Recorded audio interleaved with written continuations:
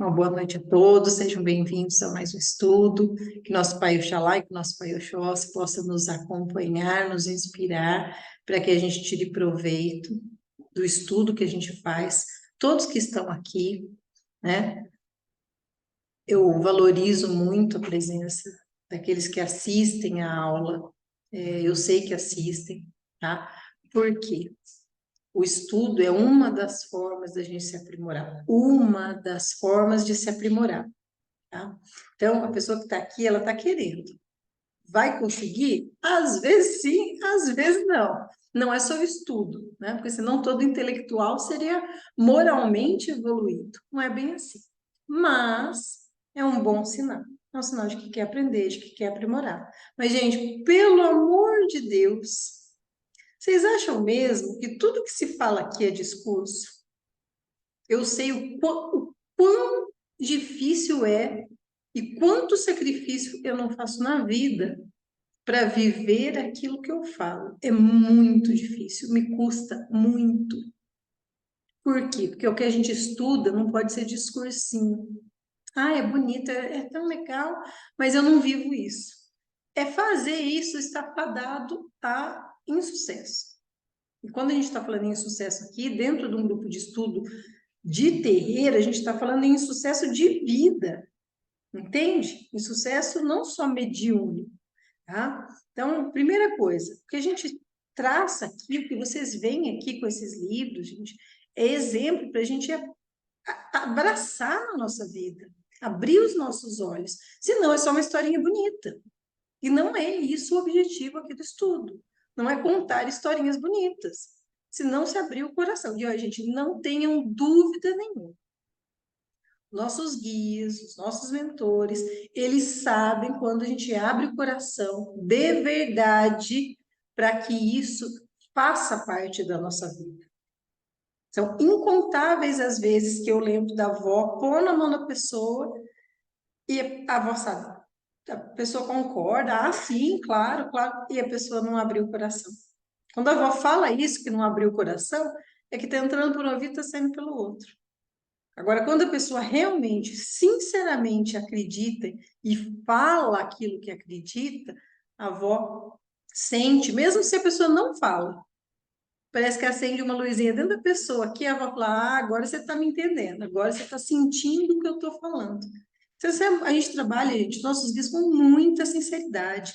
Não tem como dar migué e enganar principalmente o vô, né? Então, assim, a gente teve um batizado tão calmo, tão bonito, né? E o vô falou, ó, tem gente que tá aqui contrariado. Por quê? Porque ele sente chegar perto da pessoa, a pessoa emana as coisas, né? A gente teve uma cerimônia muito bonita. Achei vocês meio desanimados, na verdade.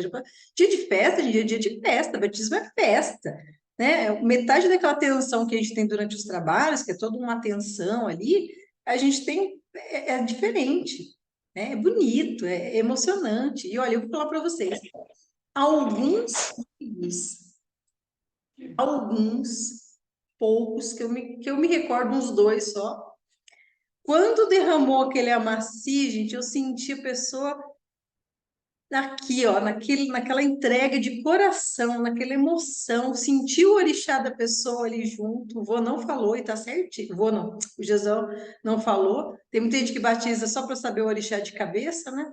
Ai, que beleza, adorei, não falou nada. Então, se a curiosidade era essa, acabou, não vai ter. Né? Mas foi muito bonito e alguns eu consegui, inclusive, sentir ali o orixá que estava presente naquele momento, amparando aquele, né, aquele batizado, aquele ingresso dentro da Umbanda. E foi muito bonito, realmente, tá? É emocionante ver tudo isso.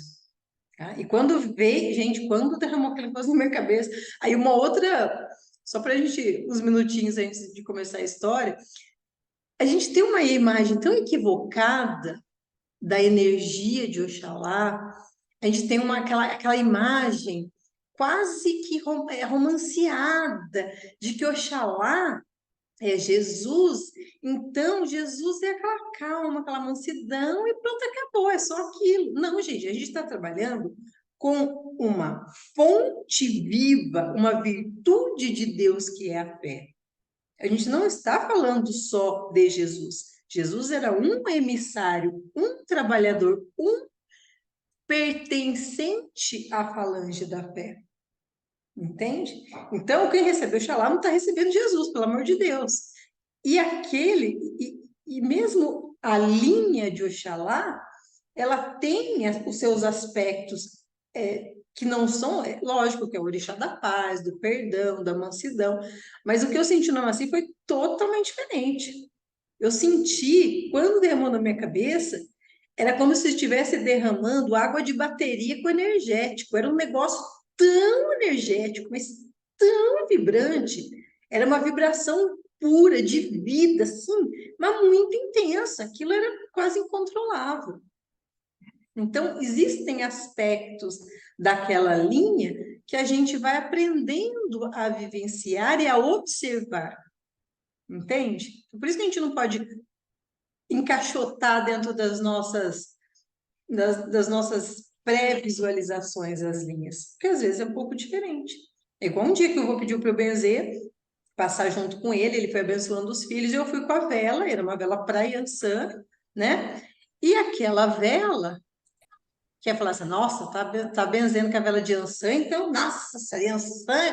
Não, justo o contrário. Era como se uma brisa suave passasse, aquela coisa mais refrescante, tranquila, sabe a brisa mesmo? Porque Yansan não é só a tempestade, ela também é a brisa que sopra leve. E aquele momento foi a leveza de Yansan.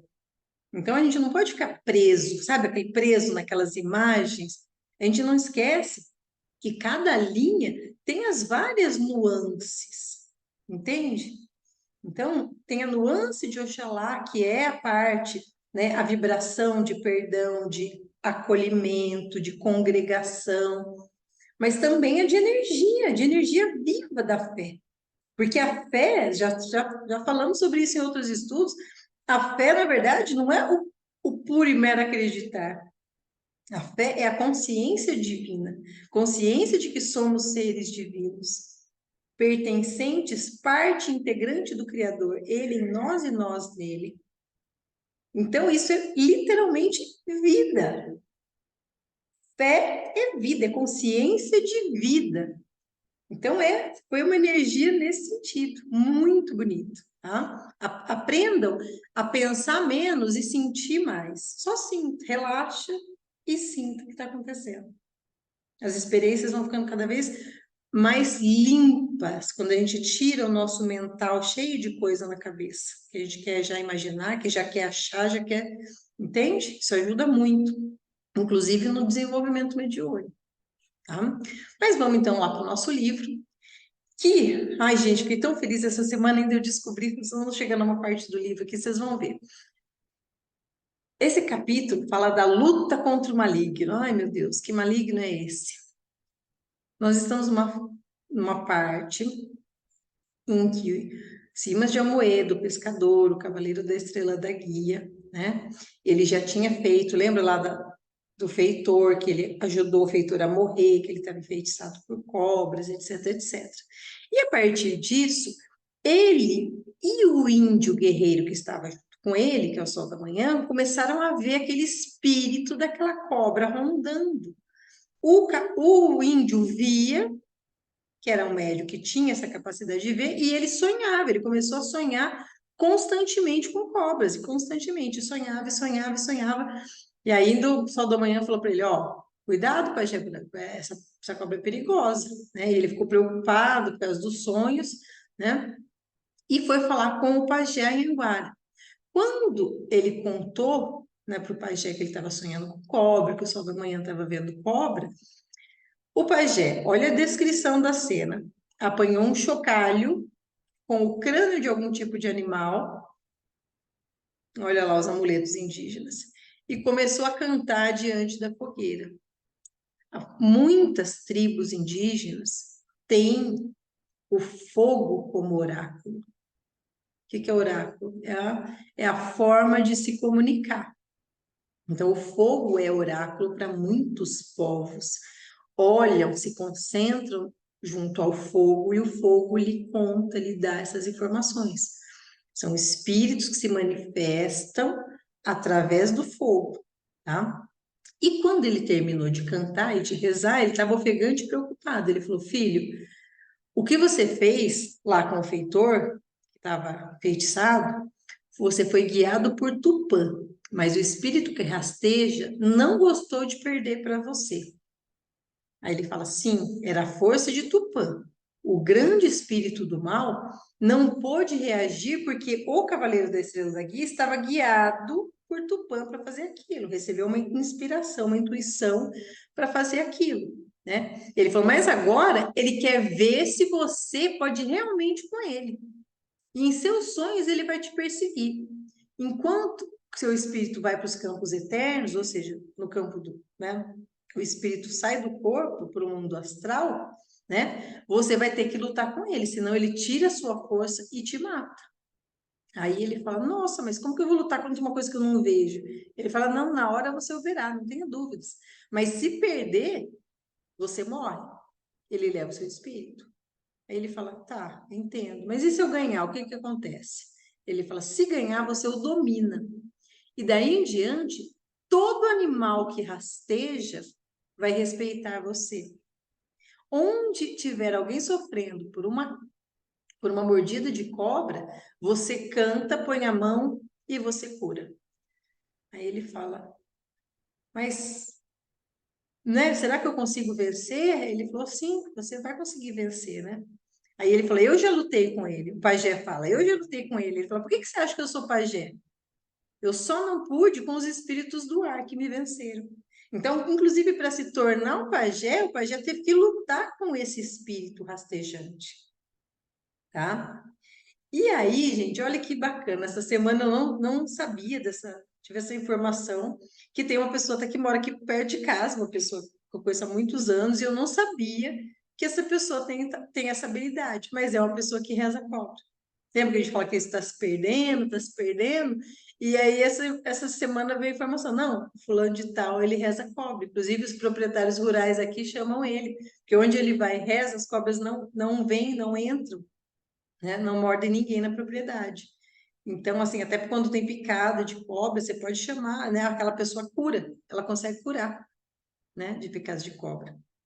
Então, assim, é um talento. Aí você imagina uma pessoa dessa, e assim, essa pessoa que eu tô falando, gente, ele não é um bandista, ele não, se eu não me engano, sei lá, se é a família é evangélica, ele malemar, assim, eu não sei ao certo. Mas é uma pessoa, olha como que é, né? Ele é um rezador. Ele não benze em casa nada, ele benze assim, vem na cabeça dele, ele fala: não, preciso ajudar tal pessoa, vai lá e ajuda. Porque a família evangélica, ele não pode, né, benzer em casa, ter nenhum tipo de lugar. Então, essas pessoas vêm com esses dons. E, gente, nem sempre elas estão no terreiro, nem sempre estão, né, num lugar, num templo religioso. É, aí, ó, o pai da Grace também. Mais antigamente era mais comum que conhece, né? Mas agora eu descobri que tem um aqui que eu conheço. É uma coisa muito, muito bacana. Então, olha o que que o pajé explica. A pessoa que tem esse poder de rezar cobra, ou de encantador de cobra, que chama de cipens, ele é uma pessoa que em algum momento ele conheceu e dominou essa, não são falanges, são energias de rastejantes. Em outros livros do Saraceno, vocês vão visualizar que existem muitas falanges de rastejantes, cobras, serpentes, tá? Nem todas essas serpentes são serpentes das trevas. Muitas dessas serpentes, inclusive, trabalham pela lei. Lembra que eu contei para vocês uma vez que eu vi dentro da tenda aquela. Era uma cobra enorme, rajada de verde, branca e preta, assim, era enorme. Foi entrando aquilo, eu me assustei muito. E a avó falou para mim: calma, que o Oxóssi tem esquerda. Foi só isso que ela me falou. Ou seja, tinha um ser que assume essas formas, eles são dessas formas, né? A forma espiritual deles, e alguns trabalham sim para a lei divina, para a lei de Deus, mesmo naquela forma, tá? Então, Ele fez o quê? Ele falou, ó, você vai ter que lutar com esse espírito, né? Porque o pajé falou assim, quando você chegou pro Cavaleiro da Estrela da Guia, né? Eu estava doente, por quê? Porque eu tinha perdido para os espíritos do ar, que é o único elemento que o pajé Anhanguara não dominava, né? Então, um pajé de outra tribo, mandou um feitiço do ar para ele, sabendo que ele não dominava o ar, para vencê-lo, e ele ia morrer, se não fosse o Cavaleiro da Estrela da Guia intervir e salvá-lo. Aí ele fala: você não sabe. O pajé fala para o pescador, né? Mas você tem o domínio sobre o espírito dos ventos, né? Assim como eu tenho sobre o fogo. Ele fala: tem esse poder? Ele fala: sim, você só não sabe. Então, quando você souber usá-lo, ninguém o pegará. Você poderá cegar seus inimigos com os ventos. Aí ele fala: pajé, você pode me ensinar? Ele fala: sim, mas só quando você vencer o espírito da grande cobra. Por quê? Você tem de lutar e vencer. Senão, ele o prejudica. Senão, ele pode atingi-lo por causa. Se ele não puder atingi-lo por causa de Tupã, então ele sabe que raios de lua é sua companheira e um dia ele vai atingir ela. Atingindo ela, ele atinge você e depois ele te vence. Então ele ficou desesperado, inclusive, de saber aquilo, né? Ele orou muito à noite, pediu, junto com a sua estrela, e viu a sua estrela brilhar dentro da sua oca. E aí ele entendeu isso como um sinal divino, né? De que ele iria ao encontro daquela grande cobra com fé em Deus e na sua estrela e que ele venceria, né? E nisso ele sentiu a presença da sua sereia e ele até pensou: ai, que saudade da sereia, né? Quando que eu vou voltar a ver minha sereia? Ele já foi algumas vezes à beira-mar e ela nunca mais apareceu. Ele pensou assim, parece que ela deu a estrela, mas com algumas limitações. O resto ele teria que aprender a fazer sozinho, né? Então, ele tem constantemente ele pensa, lembra da sereia, né? Fica pensando na sereia e a saudade que ele tem dela, né? No outro dia, quando ele foi, né? Avisou para o pajé que era o dia da luta. Eles foram para o meio da mata, acharam uma clareira e fizeram uma imensa fogueira, tá? Perdão, antes disso, ele chegou para o amigo dele, para o Sol da Manhã, para o índio, e falou: ó, eu vou te dar esse papel aqui, que esse papel, se eu não voltar, eu quero que você cuide da raiz de lua para mim, vá até o engenho, encontre o pajé negro e tem um papel assinado por mim que liberta todos os negros que estão naquelas terras, né?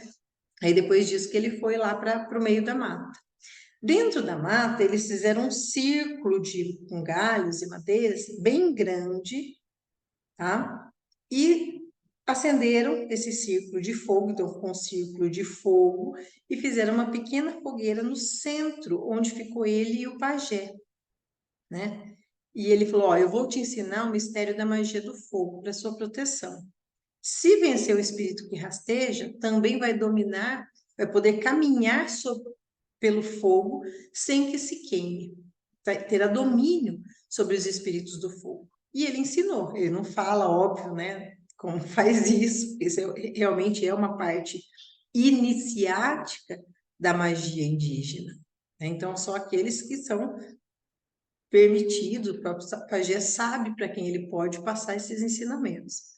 E ele conseguiu aprender, né, o mistério do fogo. Quando ele terminou, né, ele se concentrou e o fogo levantava, ele literalmente controlava o fogo. Ele controlava até a forma das chamas. Então, o pensamento dele mandava e as chamas assumiam formas humanas, esperando as ordens dele, né?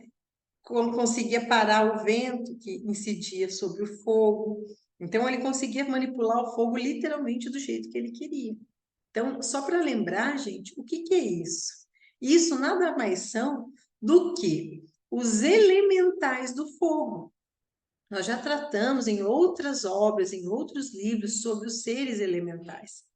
que são os seres para nós aqui dos 4 elementos, que eles são seres muito poderosos, né? São seres muito poderosos e eles podem ser chamados, podem ser invocados por aquele que tem conhecimento de como fazê-lo. E eles obedecem. Os da água, da terra, do fogo, do ar, tá? Muitas formas de magia usam a magia dos elementais, né? Magia baseada nos elementos naturais. Então, isso acontece em muitas religiões. As bruxas usam muito isso, né? Os elementos da natureza, porque é um domínio sobre aquele elemento. E os seres daquele elemento, os seres que são... Não é que o ser mora dentro do elemento, tá, gente? O ser não mora ali dentro do fogo, não é isso. Mas são seres de energia de outra dimensão que se manifestam nesse elemento, né? Ah, aqui, olha que bacana, o Kleber falou assim, essa lógica faz sentido, a dança da chuva. Sim, sim, eles dominam os elementos, inclusive a água, né? Então, eles dominam. Aí, tá vendo? O pajé sabia dominar o fogo, mas o Cavaleiro da Estrela da Guia tinha o domínio do ar sem saber. Ou seja, em algum momento anterior, ele já teve iniciação na magia daquele elemento. Não adianta, tá, gente? Ó, não viaja na maionese. Não adianta você ficar lá sentado na frente do fogo e fazer ele dançar para você, que isso não vai acontecer. Tá? A não ser que você for iniciado ou que faça um propósito. Olha, eu quero me iniciar, alguém que tenha autorização e conhecimento para passar essa iniciação, você não viaja na maionese, não, tá? E os nossos guias, eles são iniciados em todos? Não, às vezes não. Vocês podem observar que tem guia que é mais afim com um elemento do que outro, né? A avó tem muita afinidade com a água. E aí eu falei para vocês que eu já vi os elementais da água se manifestando na água do copo dela. E o vô, Nossa Senhora! Aí eu olhei a sereinha da vozinha, aquelas coisinhas mais mitiquinha, pequenininha, linda, bonitinha no copo d'água, assim, ó. Aí a do vô era uma slepa de uma sereia gigante. Então, eles têm, o vô tem iniciação com os elementais da água. Só o detalhe, tá? A gente teve uma outra médium uma vez que viu um trabalho que o vô até falou. No final do trabalho, ele falou: olha, gente, alguns filhos viram que eu estava em outro lugar. E a médium veio e me falou que ela viu que era assim, era da altura de um prédio, aquela entidade da água, né, de Iemanjá, era uma entidade de água salgada, eles estavam à beira do mar, e o vô ficava bem pequenininho na beira da areia, assim, e aquela entidade gigantesca que o vô estava evocando, saudando, trabalhando com aquela entidade.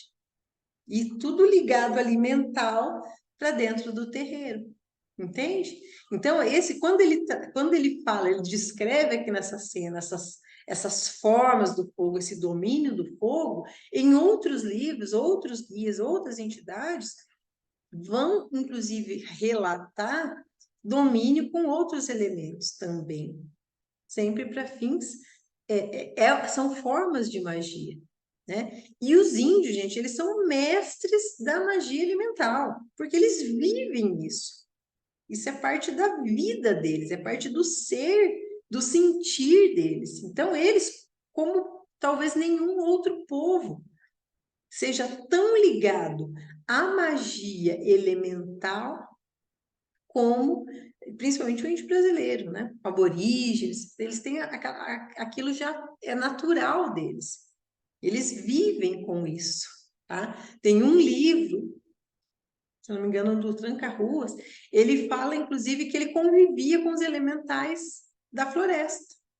Eles falavam para ele quando plantar, quando colher, onde era o melhor lugar para colher, para plantar. Eram seres vegetais, elementais vegetais, né? Então, vamos voltar para o livro. Ele fala: filho, eu vou convocar, o pajé falando, eu vou convocar o espírito que rasteja. Agora é com você, eu só olho, não posso intervir. use seus poderes e sua inteligência. E ele começou, o pajé, a entoar um canto estranho, né? Parecendo silvo, que é o barulhinho, né, da cobra, tá? E de todos os lados da clareira começaram a aparecer cobras, de todos os tamanhos e espécies. Era assustador. O pescador pegou a sua estrela entre as mãos e começou a fazer uma prece. Qualquer um, né, gente? Começa a vir aquelas centenas de cobras rodeando qualquer um e reza. Ninguém ateu mais. Ao terminar a sua volta, haviam centenas de cobras, todas raivosas, né? Detalhe, não são cobras comuns, são cobras já enviadas ou dominadas por este ser trevoso. Lembra que eu falei que nem todas as cobras se submetem às trevas, nem todos os seres ou espíritos em formato de cobra, né? Vocês vão entender, tem vários livros que tratam disso, tá? E aí ele sentiu, nesse momento, como se tivesse alguém colocando a mão sobre seu ombro direito. Ele olhou e não viu nada, mas as ideias vinham. Estão entendendo como que é a intuição, né? Os guias, mentores e protetores dele estavam amparando ali. E aí ele, fogo, que se levante. E o fogo levantou. E aí essas labaredas evitavam que as cobras adentrassem onde ele estava. Então era o fogo proteger. As cobras não gostam, as cobras têm medo de fogo, né? Então, mentalmente ele ordenou aos espíritos do fogo que se levantassem a centenas e o protegessem de qualquer espírito que tentasse entrar pelo ar ou pela terra, né? E aí ele lembrou que o pajé disse que ele também tinha o poder sobre os espíritos do ar. E assim como ele fez com o fogo, ele invocou os espíritos do ar para que viessem em seu auxílio. E viu várias formas sibilando sobre si, que é o assovio que o vento faz, tá? Formando um redemoinho ao redor do grande círculo de fogo, aumentando ainda mais as chamas e jogando labaredas sobre as cobras, que se afastavam. Né? Então, até nesse ponto, o combate estava equilibrado. Ele não podia sair, mas as cobras não podiam entrar. Nisso, ele ouviu um barulho, que ele falou que arrepiou dos pés à cabeça. Era algo assustador, né? Mesmo para quem se dissesse corajoso ao extremo. Sabia que estava cercada por algo monstruoso, muito maior do que o círculo de fogo. Prestou atenção e sentiu a mão sobre o seu ombro aumentar a pressão. Levantou a estrela na altura do coração e aguardou. Algo começou a tomar forma. Era uma enorme serpente que tinha dezenas de metros. Mais tarde viria a saber que era 77 metros de comprimento por 7 metros de diâmetro. Imagina o tamanho da serpente que não veio lutar com ele. E ele ficou gelado dos pés à cabeça. Porque essas imagens chocam. Não tem como falar que a gente não tem medo. É igual o médico falar, não, eu já estou acostumado, eu vejo coisa feia, como eu vejo desde sempre, desde criança, eu não tenho mais medo. Gente, não tem como aparecer um trem feio desse na sua frente e você não se borrar inteiro. Fica com medo, pelo amor de Deus. Só que aí a diferença, olha só, alerta sempre, é a diferença para o impressionado do consciente. Você vê um negócio feio, porque desenvolvimento mediúnico não vai te impedir de ver as coisas. Você vai ver com menos frequência e vai ter um filtro, uma barreira de proteção muito grande para não ficar vendo constantemente coisa feia. Entende? Mas não vai te impedir. Não é uma carapaça metálica que te impede de ver, só ver coisa boa. Não, gente, não é isso. Tá? Mas o impressionado vê essas coisas, se desespera. Lembra que eu falei que o medo é o chamariz maior? É ficar desesperado, caiu, meu amigo, perdeu. Agora, o preparado consciente, ele dá aquele susto, ele fala, não, eu vou fazer alguma coisa. Eu vou orar, eu tenho fé, eu vou enfrentar. Ou então eu vou mandar sumir daqui. Você faz o que você pode, cada um tem as suas limitações e as suas armas. as nossas armas são sempre de acordo com a nossa luta, gente, lembram disso, né? E aí, o que que ele fez? Quando ele viu aquilo, né? Ele estava no meio de um rolo, a cobra se enrolou ao redor do círculo de fogo dele, que já era grande. E ele levantou a estrela na altura da cabeça, como se fosse cobrindo ele, e clamou a Deus e a sereia. Da estrela brotou uma luz intensa que o envolveu por inteiro. Levantou-a, né, levantou a estrela e procurou ver a cabeça. Então, ele viu a cabeça da serpente. E aí ele falou: bom, já que eu cheguei até aqui, ou eu venço ou eu morro lutando. Né? Era algo sobrenatural, era um ente infernal, ele escreve como um demônio, né? Tal qual aquele que ele via nos livros, que os juízes da Inquisição apreendiam de quem praticava magia na Europa, magia negativa, né? Era isso, estava lutando contra um demônio infernal. Então a imagem que ele tinha associada era a imagem dos demônios da Igreja Católica que passavam, né, na época. E daí ele levantou a mão direita e fez o sinal da cruz no ar. Não esqueçam-se que ele era um padre também. E aí viu saírem de sua mão estrias de luz, marcando o espaço. Encorajou-se mais e ordenou ao demônio que mostrasse a sua face. Imediatamente o rolo se afastou e a serpente ficou em posição de ataque à sua frente. E era como se, ele descreve, era como se um coelho estivesse na frente de um elefante, porque ele era pequenininho e aquela cobra gigantesca, né? E o que ele viu assustou ele ainda mais. A serpente tinha 7 cabeças e seus olhos eram como fogo incandescente. Brilhava, sentiu que poderia ser cantado e atraído por aqueles olhos, como fazem as cobras comuns com pequenos pássaros que ficam paralisados de medo. Olha lá o medo. Nisso, ele tirou o medo da mente. Primeira coisa, se livra do medo. Gente, nós não vamos, né? Se Deus quiser, bater na madeira, nunca se deparar com um ente desse, mas a gente já viu todo mundo, sem exceção, todo mundo tá aqui dentro da tenda. Ninguém tá aqui porque acha bonitinho. A grande maioria, se não todos, já viu coisas feias. Então, a primeira coisa, hoje, pensem na cabeça que vocês têm hoje, não a que vocês tinham lá no começo, quando vinham as coisas que assustavam. Olha o que ele fez. Tirou o medo da frente e colocou a estrela na sua frente. A gente não tem uma estrela mágica, não tem uma estrela abençoada que a mãe já deu diretamente para nós. Mas nós temos, gente, muitos amuletos de força, de segurança e de apoio que nos ajudam a vencer o medo. Eu fui espírita a minha vida inteira, kardecista, e eu abominava vela, amuleto. Para mim, isso era uma balela, coisa de gente fraca, sabe assim? Eu me lembro, superior, onde já se viu? Para que nós não precisamos disso? Nós rezamos, os espíritos superiores vêm nos ajudar. Ai, gente, eu gosto de me ver, assim, sabe? De lembrar de mim, olhar para minha cara e falar: ai, isso é idiota, não sabe nada. E eu falo isso para mim mesma até hoje, né? Então, hoje, nós temos inúmeras formas de proteção, de amuletos, que nos ajudam a vencer esse medo. Que esse medo, gente, na hora que o pau tá fechando ali, o negócio tá feio, você garra no rosário, você garra num patuá que deu para casa. Falando isso, logo vai sair um patuá aí, tá, gente? Que a avó já tá falando, o Gu também já falou, para fazer o patuá para os filhos, tá? Então, assim, tem patuá, tem rosário, a gente tem imagem de santo, você tem um congá dentro de casa, ou você tem o seu altar que você reza, né?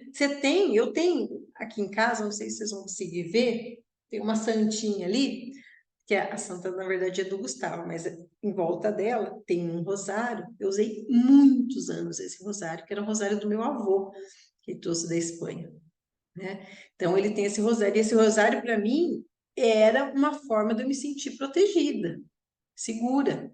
E a gente tem esses patuás nossos. Às vezes é uma erva, às vezes é um objeto. A avó já deu, assim, ponto de apoio para inúmeros filhos. Lembro de semente. ela gosta muito de fazer lá, trançar os patuazinhos, fazer as coisas, e são pontos de tirar o medo. Quando você pega aquilo, você sente, não, o meu medo diminuiu, tá? E ele tinha estrela, né? Colocou a estrela na frente. Então ele fala: se a serpente tem poderes malignos, eu tenho poderes divinos, e a luz vai ser minha arma. E aí ele perguntou: o que que tu queres, ser maligno? Que vem das profundezas do inferno para me incomodar. Aí a serpente fala: quero sua alma, pescador. Por que queres a minha alma, Senhor das Trevas? Porque ela me pertence. Aí ele fala: não, minha alma pertence ao meu Criador, meu Deus e Senhor. Só Ele pode tirá-la de mim. E quando assim achar por bem. Aí ele fala: como dizes isso? Se tu carregas a maldição da traição ao teu pai. Gente, o pescador tremeu. Esses espíritos trevosos, eles conhecem as nossas culpas. Pausa. Todas as aulas eu falo para vocês: conheçam a sua sombra. Seja vivo ou morto, você tem que ter domínio das suas culpas. Não carregue, trate delas.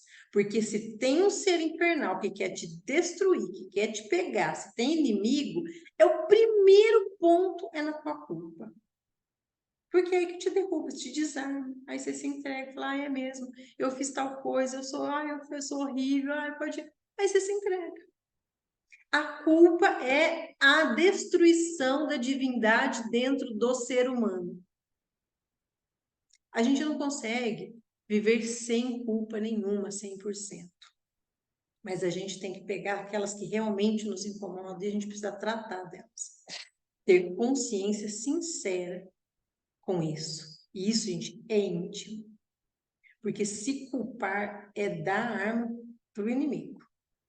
E aí estou falando igual os evangélicos, mas não é dar arma para o inimigo. Falar: ah, meu Deus. Porque a gente tem, gente, você tem testes, você tem não são inimigos que você quer mal, mas são seres que querem o mal, de qualquer um que queira se levantar.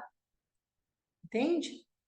Então a maldade existe nos dois mundos, tanto no mundo encarnado quanto no mundo desencarnado. E a culpa te mata aqui e te mata lá, mesmo morto. Então, o que esse ser fez? Pegou a maior culpa que ele tinha, que era o quê? Ter entregado o pai para o bispo e matado o pai dele. Aí ele fala assim, aí o pescador tremeu, ele fala: sentiu a sua mente fraquejar, o ente atingira-o em cheio. Aí ele fala: bom, eu devo isso. Perante Deus e meu pai, eu sou um pecador. Então ele sentiu a mão sobre o ombro pressionar forte. A luz da estrela estava diminuindo. Olha a culpa, o que que faz? A culpa, eu falei que a culpa é o que te afasta do Criador de verdade. Não é, o diabo, não sei o quê, seres, os inimigos são seres das. Não, gente. A culpa é o teu maior inimigo, a culpa é a tua maior fraqueza. E os guias dele tiveram que segurar firme, que a luz da estrela foi diminuindo. Aí o que que ele fez? Ele elevou o pensamento, recobrou os sentidos, fez o fogo aumentar e clamou: meu Deus, tu me deste o dom da vida. Minha vida te pertence e um dia a ti prestarei conta dos meus atos. Se traí meu pai, foi por ignorância. Também fui traído por quem eu confiava. E que, em vez de me ajudar no que eu pedira, deu vazão ao ódio que nutria por meu pai. A ti prestarei conta por meus atos, não a esse ente infernal. Você viu a atitude dele? Então, se eu errei, se eu sou culpado, ele já tirou aquela culpa que, sabe, que destrói o ser humano por dentro. Ele fala: não, se eu errei, perante ti eu sou pecador. Eu traí meu pai, mas eu presto conta para você, Deus. Não para esse daqui. Aí ele já acabou com o poder que aquela culpa estava, né? O poder que aquele ser estava gerando por intermédio da culpa dele. E aí o pescador se ajoelhou. Ele falou: ah, você está clamando por perdão a ele, por tua alma, pescador? Como que você pode fazer isso, né? E você, como você está querendo fazer isso, igual você fez, pediu clemência para o meu escravo, que era o feitor que ele tinha salvo, né? Pois saiba que aquela alma agora é uma serpente que rasteja invisível no meu reino. Tu libertaste da dor da carne, mas não do meu poder. Aí o pescador fala assim: isso eu sei. Mas ele havia se envenenado antes de tu o envenenares. Ele fala: eis quem diz. A cobra falando para ele: ó quem fala, né? O que julgava os semelhantes em nome de Deus, sem ver se estava certo ou errado em seus julgamentos. Quantos inocentes não sofreram suas sentenças? Falso pescador. E aí ele fala: não, porque tenta jogar de novo a culpa por ele ter sido juiz da Inquisição. Ele fala: não, eu me baseava na palavra das testemunhas. Se mentiram, eu não tinha como saber. Eu apenas ouvi as testemunhas e dava meu parecer. Essa é a lei dos homens que eu seguia. Aí ele fala: então eu vou te falar. Lembra de uma pobre velhinha que você mandou para a fogueira? Aí ele fala: qual? Ele fala: porque eu sentenciei muitas velhinhas. Ele fala: a que não tinha o polegar direito, lembra? Ele fala: sim, eu me lembro. Ela vivia a tirar dinheiro dos que nada tinham, com suas falsas orações, com sua falsa proteção e com seu falso poder. Era escrava do maligno. Quem sabe não era uma escrava tua também, ser maligno? Aí a cobra fala: sim, era minha escrava. Por isso muitos morriam envenenados. Ela usava o meu veneno, o mesmo que injetei em ti quando para tirar a tua alma do corpo. E ele não morreu. Aí ele foi rebatendo. Tudo que a serpente falava, ele rebatia. Ele não se deixou derrotar pela culpa que aquele ser estava tentando jogar nele. Aí a serpente fala assim: bom, com palavras já estou vendo que eu não te convenço de que você é meu. Então eu vou passar a ação e cobrar tua petulância com o meu poder maligno. Olhe para mim, falso pescador. E o pescador imediatamente lembrou-se da lenda da Medusa. Lembram da lenda da Medusa? E quem olhasse para ela virava pedra? E ele fez o quê? Levou a estrela diante dos olhos para se proteger. Aí ele fala: não, gente do mal. Quem vai subjugar-te serei eu, com o poder que Deus me deu.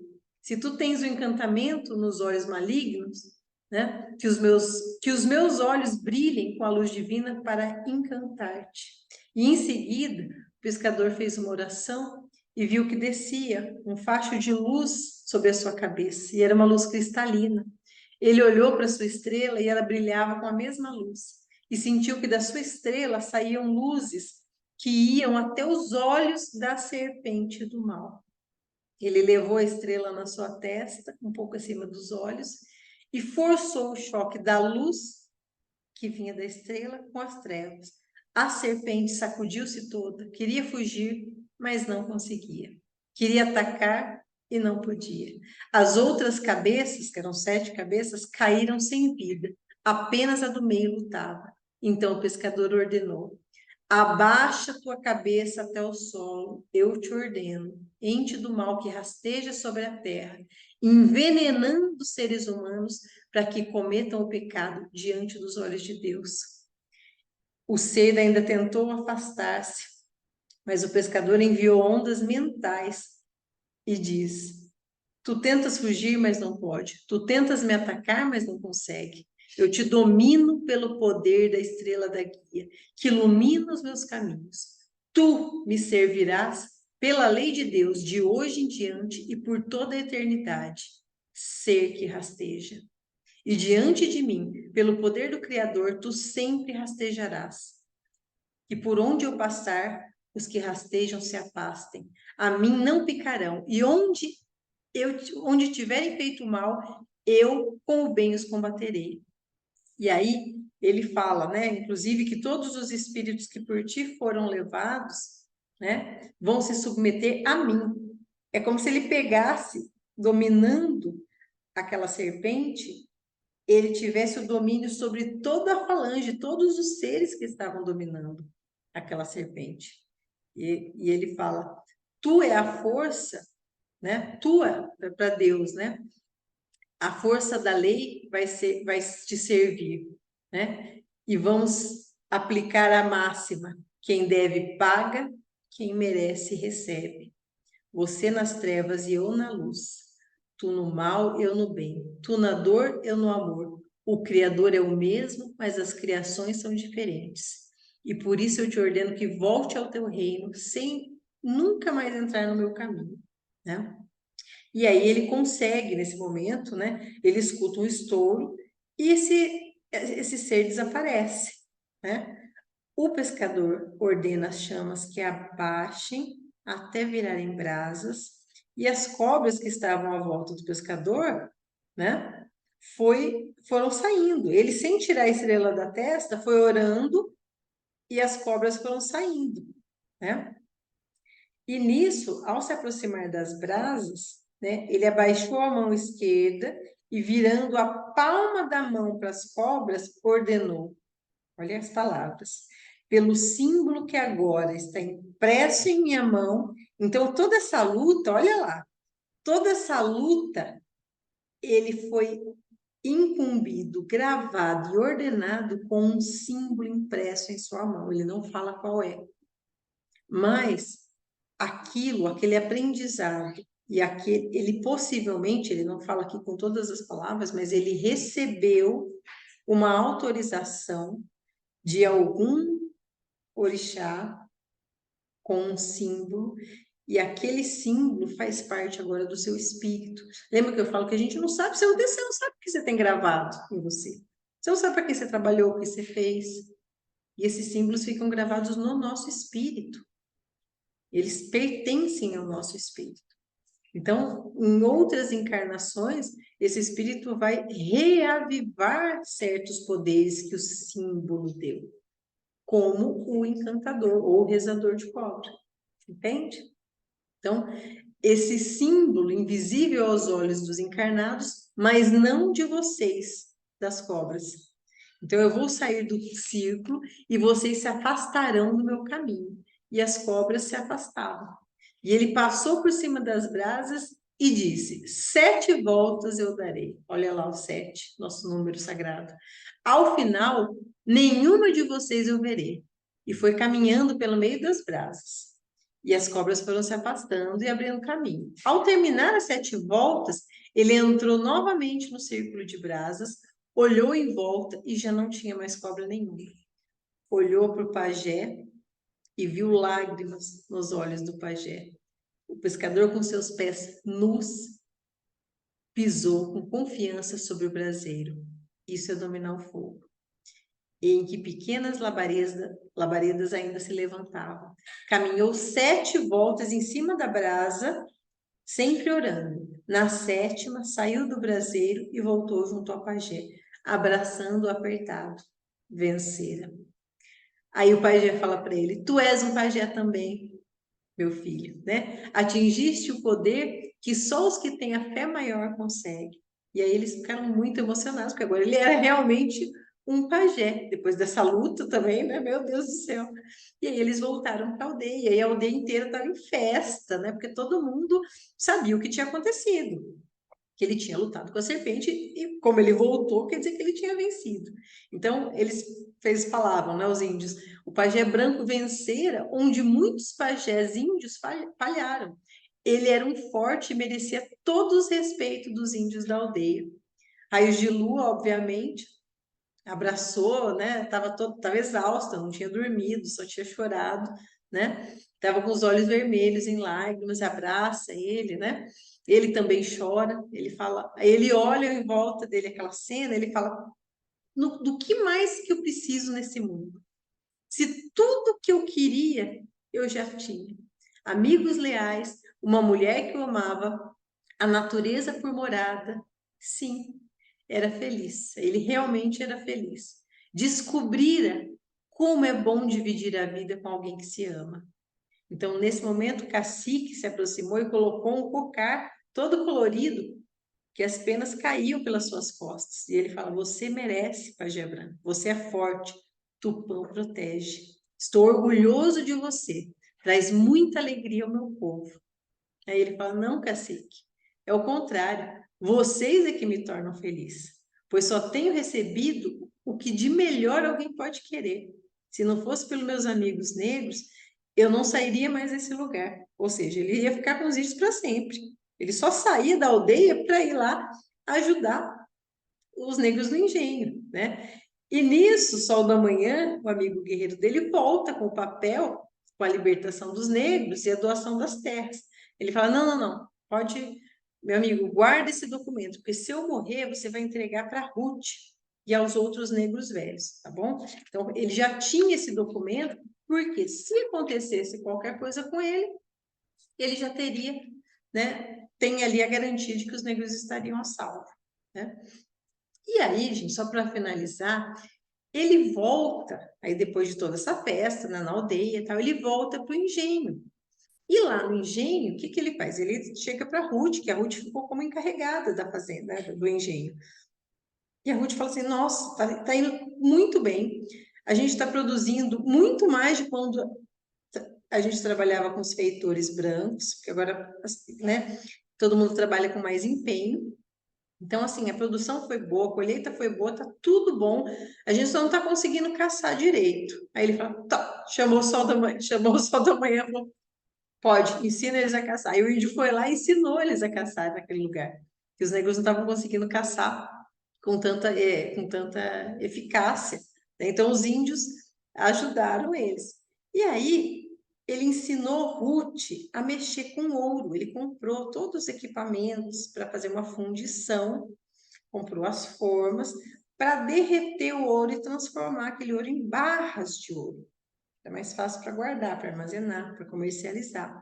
E também ensinou Ruth a fazer joias. Então, ele sabia fazer joias, já tinha aprendido com seu pai nesse banho.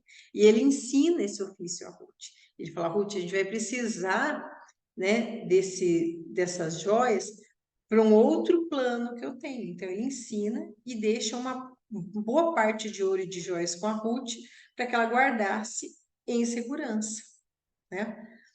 E conta tudo o que aconteceu para Ruth. Ruth fica, né? Eles ficam todos empolgados com as histórias dele, o que que acontece, né? Mas a Ruth falou: ai, meu pai falou que você vai perder, vai ganhar, mas vai perder. Vai rir, mas vai chorar. E aí ele foi ver com o João de Minas o que que era isso, né? Que palavras eram essas que os orixás tinham revelado para ele, para João de Minas? E João de Minas, ele, quando ele vai explicar o que essas palavras significam, ele fala que a vida inteira eles sabiam que eles iriam sofrer. Eles sabiam do destino deles. Então, aqueles negros escravizados, naquela época, eles tinham consciência de que o destino deles era sofrido, era muito sofrido. Mas eles clamavam pelos auxílios dos orixás para que diminuísse, para que apaziguasse, diminuísse o sofrimento deles. E veio o Cavaleiro da Estrela da Guia, que era, na verdade, uma salvação. Então, ele sabia, olha que bacana. Ele fala: eu sabia que você, eu sabia que os orixás já me falavam. Inclusive, foram os orixás que me revelaram o lugar que está o teu ouro que você retirou lá dos índios, para que eu te guiasse na intuição, para que você conseguisse achar o ouro e nos ajudar. Porque não ia adiantar os negros acharem o ouro, que eles não iam conseguir fazer o que o pescador, se fingindo, né, de mercador, José Macedo, conseguiria fazer. Então, ele fala até o lugar, ele até descreve, né? Ele fala: você não encontrou ouro em uma gruta? Ele fala, olha que bonito que ele fala. Aí o pescador fala: o Cristo foi enterrado em uma gruta. E as florestas não são do orixá caçador Oxóssi? E onde você tinha? Não tinha uma cachoeira? As cachoeiras não são de Oxum? E os montes não são de Xangô? E quem abriu os seus caminhos para chegar até lá não foi Ogum? Então, quem o guiou para a natureza tinha algo para te dar, né? Então, e que você usasse bem. A gente temia que você fraquejasse, ou seja, que você usasse o dinheiro só para você, egoísta, né? Mas você foi forte, muito forte, resistiu à ambição, por isso a sua alma é limpa. Voltou até nós já com a liberdade nas nossas mãos. Nisso o pescador estava com o rosto coberto de lágrimas, né? E aí ele falou, olha, eu não posso te explicar exatamente o que vai acontecer, mas eu vejo você muito triste e derramando muitas lágrimas. Eu apenas não sei o tempo certo, por isso tome cuidado, né? Talvez o Criador vai te provar novamente com a dor, para ver se você cai ou se você segue em frente. Não importa o que aconteça, não pare no meio do caminho, pois sua jornada é longa, isso eu sei. E aí o pescador parou, pensou, ficou preocupado, porque ele não sabia o que é chorar fazia um bom tempo, né? Já que agora sua vida era só alegria e sucesso, né? E chegando no engenho, ele voltou para o engenho, ele estava na cabana de Jorge Milo. Quando ele voltou para o engenho, tinha um monte de gente em volta de uma menina, todo mundo desesperado, porque a menina tinha sido mordida por uma cobra. E aí, na hora, ele sentiu aquele calafrio, ele falou: ah, danada, serpente. Aí, o que que ele lembrou? Lembrou que, ele falou, ó, se eu vencesse a serpente, eu poderia curar os que fossem picados pelos que rastejam. E aí ele pediu que se afastasse, colocou a mão direita sobre a cabeça da menina e a esquerda sobre a picada da cobra. E orou com toda a sua fé. E aí, enquanto ele ia orando, da picada da cobra ia saindo um líquido negro com todo o veneno. Quando ele terminou, a menina que estava quase morta se recompôs. O veneno tinha saído pelo buraco que entrou, né? E aí ninguém entendia. Daí os negros viram aquilo e olharam e falavam assim, mas, meu Deus, o que que você fez? Até o João de Mina não entendeu. Ele falou, mas o que que você fez? Ele falou assim, eu ordenei a cobra que fosse embora e levasse todas as outras. Porque aqui nessa terra ninguém mais vai morrer por picada de cobra. Ele falou, e como que você pode fazer isso? Ele falou, é uma longa história, meu amigo, depois eu te conto. E aí, gente, os negros do engenho olhavam para ele com muito respeito, porque ele era um feiticeiro muito poderoso. Os negros nunca tinham visto aquilo, os escravos nunca tinham visto aquilo, né? Então, eles respeitavam ainda mais, gostavam, eram agradecidos e um certo grau de medo, porque ele era um feiticeiro, né? Então, era uma coisa muito, muito poderosa, a influência que ele tinha sobre todos os lugares onde ele passava, né? Aí eu acho que eu vou parar nessa parte aqui, porque depois ele vai para uma outra, ele vai encontrar os judeus novamente. Vocês vão percebendo, gente, na trajetória desse espírito, onde ele rela, as coisas vão fluindo, vão acontecendo. E assim, isso é só começo, tá? Ele vai, ele compra navio, ele compra isso, ele compra aquilo, ele vai expandindo. E todo mundo que fica perto dele enriquece. Ele faz tudo à sua volta prosperar. Entende? Por quê? Sempre com uma missão. Você pode ver que nada é visando cobiça, nada é visando ambição própria. Inclusive, para ele ficava lá com os índios, que era o lugar que ele mais gostava. Ficar com a mulher dele, com os amigos sinceros, que ele gostava muito, né? No meio ali da natureza. Ele não precisava de nada mais do que isso para viver. Ele só fazia tudo isso para poder auxiliar os outros que estavam sofrendo. E assim ele vai fazendo. E assim ele vai caminhando. E onde ele vai passando, ele vai ajudando, ele vai auxiliando, ele vai minimizando o sofrimento dos outros, trazendo auxílio material, moral, espiritual. É um espírito, gente, ímpar, com certeza. São histórias para nos inspirar, para a gente, inclusive, aprender e observar que ter dinheiro não é pecado. Agora, ser mesquinho é muito ruim. Ter dinheiro não é uma coisa ruim por si só, mas o que você faz dele, com certeza faz a diferença. Quer dizer, você tem que. E olha aqui, ele não está doando nada para ninguém, que fique bem claro. Vocês estão entendendo? Você não está doando, não, eu vou dar tudo para os. Não, muito pelo contrário. Ele fala, gente, vamos trabalhar, vamos fazer assim, vamos. Então é sempre para desenvolver. Não é uma caridade humilhante. Eu te dou porque eu posso, olha. Entende? Vamos trabalhar junto. Porque isso mostra o quê? Isso mostra igualdade. Vamos trabalhar juntos. Eu confio em você, eu gosto de você, você vai ser meu sócio, meu parceiro. Entende? Entende a diferença do que ele faz, que é trabalhar junto, se colocar como igual, confiando e valorizando o trabalho do outro, do que chegar lá e distribuir. Entende? Tipo, olha, eu tenho tudo, eu tenho muito, eu dou para vocês, os pobres, inferiores a mim.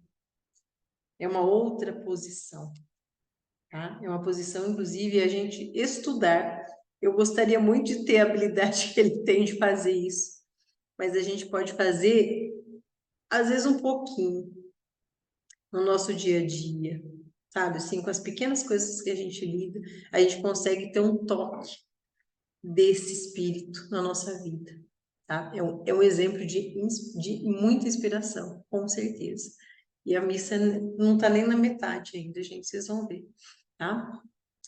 Hoje nós vamos encerrar por causa do horário, e até lá, vamos firmes e fortes, ok? Fiquem com Deus, que Oxalá proteja todos vocês, brilhantes e batizados. Quem não batizou não tem problema, continua sendo brilhante do mesmo jeito. Sintam o brilho da estrela de Oxalá na coroa de vocês. Sintam isso todos os dias. Respirem e sintam-se filhos de Oxalá. Lembra da consciência divina? Pensem nisso e vão tranquilinhos agora para descansar, ok? Até mais, gente. Boa noite.